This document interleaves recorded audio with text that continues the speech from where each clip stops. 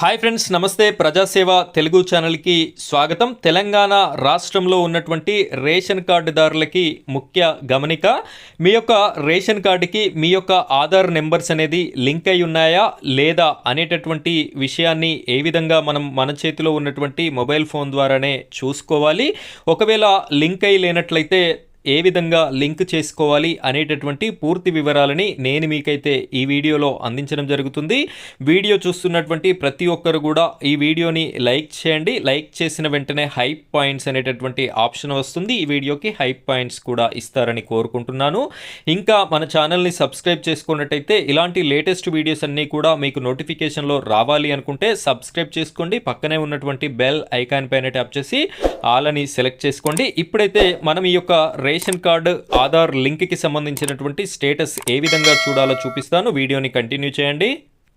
Friends, ఇక్కడ చూడండి, మీ చేతిలో ఉన్నటువంటి మొబైల్ ఫోన్లో ఉన్నటువంటి గూగుల్ని ఓపెన్ చేయండి. మీరు ఇక్కడ ఓపెన్ చేసినట్టయితే ఇక్కడ సెర్చ్ బార్ అయితే ఉంది కదా, ఈ సెర్చ్ బార్లో ఏమని టైప్ చేస్తారంటే ఈపీఓఎస్ తెలంగాణ అని చెప్పేసి మీరైతే సెర్చ్ చేయండి. సో ఈ విధంగా టైప్ చేసిన తర్వాత ఇక్కడ యారో మార్క్ మీద క్లిక్ చేయగానే సెర్చ్ అయిపోయి మనకు నెక్స్ట్ ఈ విధమైనటువంటి పేజ్ అయితే రావడం జరిగింది. ఇక్కడ కిందికి స్క్రోల్ చేసినట్టయితే రెండవ ఆప్షన్ చూసుకున్నట్టయితే ఈ పాస్ హోమ్ పేజ్ అని చెప్పేసి మనకి కనిపిస్తుంది. దీనిపైన క్లిక్ చేయండి. ఇక్కడ చూస్తున్నారు కదా, సెకండ్ ఆప్షన్ అనేది దీనిపైన క్లిక్ చేసినట్టయితే మనకు నెక్స్ట్ పేజ్ అనేది ఈ విధంగా వస్తుంది. ఇక్కడ అఫీషియల్ పేజ్ అనేది ఓపెన్ అయింది. ఇక్కడ చూసుకున్నట్టయితే తెలంగాణ రైజింగ్ నెంబర్ 1 అని చెప్పేసి కనిపిస్తుంది. ఇక్కడ ఇంటూ మార్క్ అయితే ఉంది. ఈ ఇంటూ పైన క్లిక్ చేసినట్టయితే మనకి ఈ విధంగా పేజ్ అయితే కనిపిస్తుంది. ఇటు లెఫ్ట్ సైడ్ లో మీరు రిపోర్ట్స్ అనేటటువంటి ఆప్షన్ ని గమనించవచ్చు. కొంచెం పైకి స్క్రోల్ చేసినట్టయితే ఇందులో ఇక్కడ చూడండి, రేషన్ కార్డ్ ట్రాన్సాక్షన్స్ అనేటటువంటి ఆప్షన్ ఉంది. దీనిపైన మీరు క్లిక్ చేసుకొని మీ యొక్క స్టేటస్ అయితే చూసుకోవడానికి అవకాశం ఉంది. ఇక్కడ నేనైతే దీనిపైన క్లిక్ చేస్తున్నాను. క్లిక్ చేయగానే మనకి ఈ విధంగా రావడం అయితే జరిగింది.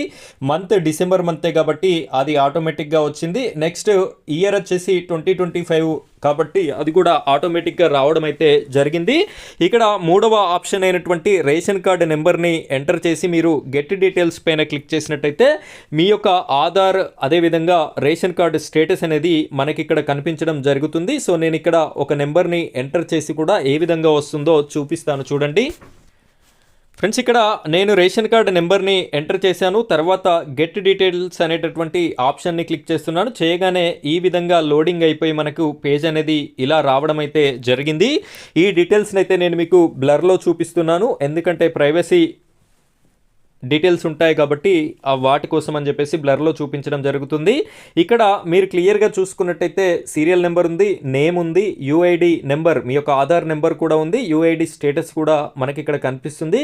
ఇక్కడ గ్రీన్ కలర్లో వై అనేటటువంటి లెటర్ని అయితే ఇవ్వడం జరిగింది. వై అంటే ఎస్ అని చెప్పేసి అర్థము. ఈ విధంగా స్టేటస్ ఉన్నట్టయితే మీ యొక్క రేషన్ కార్డుకి మీ యొక్క ఆధార్ నెంబర్స్ అనేది లింక్ అయి ఉన్నట్టు అర్థం. ఇక్కడ ఒకవేళ ఎన్ అనేటటువంటి లెటర్ కనుక ఉన్నట్టయితే మీకు లింక్ అయితే కాలేదు అని చెప్పేసి అర్థం.